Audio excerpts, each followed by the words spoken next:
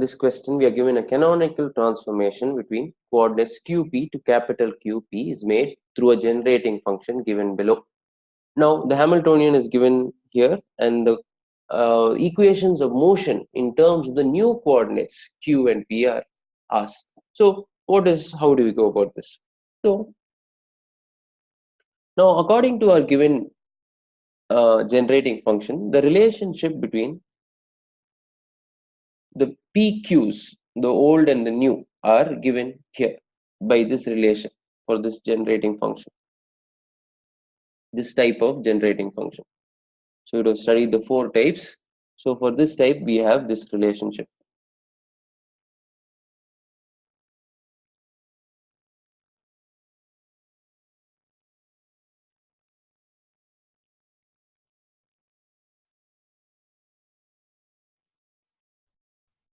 And our given Hamiltonian, we are also given relationships. So by this, we get the relation that P is equal to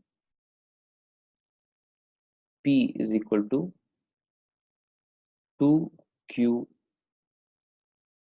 capital P, and by this equation we get the relationship that Q is equal to Q square. Now we can reconstruct the Hamiltonian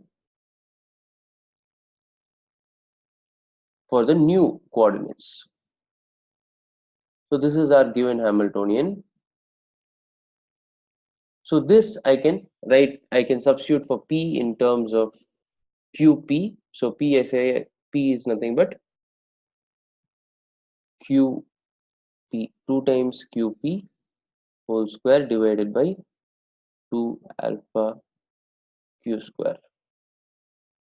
So Q square, I can write it as, again, I can write Q square as capital Q, right? So I can write Q square as capital Q. Here also, the Q square I can write as capital Q, right? So wherever Q square is there, you can just substitute capital Q. So this will be capital Q square.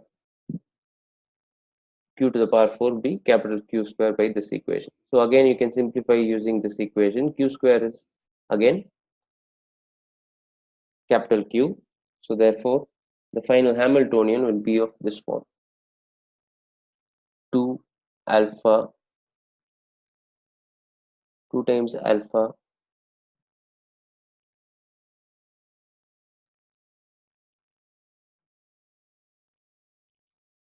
P square plus beta by 4 Q square. So now we are ready to write the equations of motion in the new coordinates. So the Hamilton's equations of motion says P dot is nothing but dH by dQ, and Q dot is nothing but dH by dP. So now we can say, we know H is nothing but, we just wrote it out, H is nothing but 2 by alpha P square plus beta by 4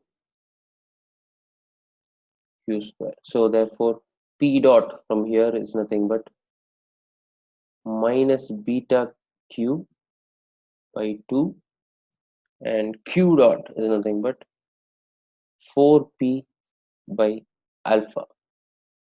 So this is our equations of motion. So the right answer to this question is given by the option B.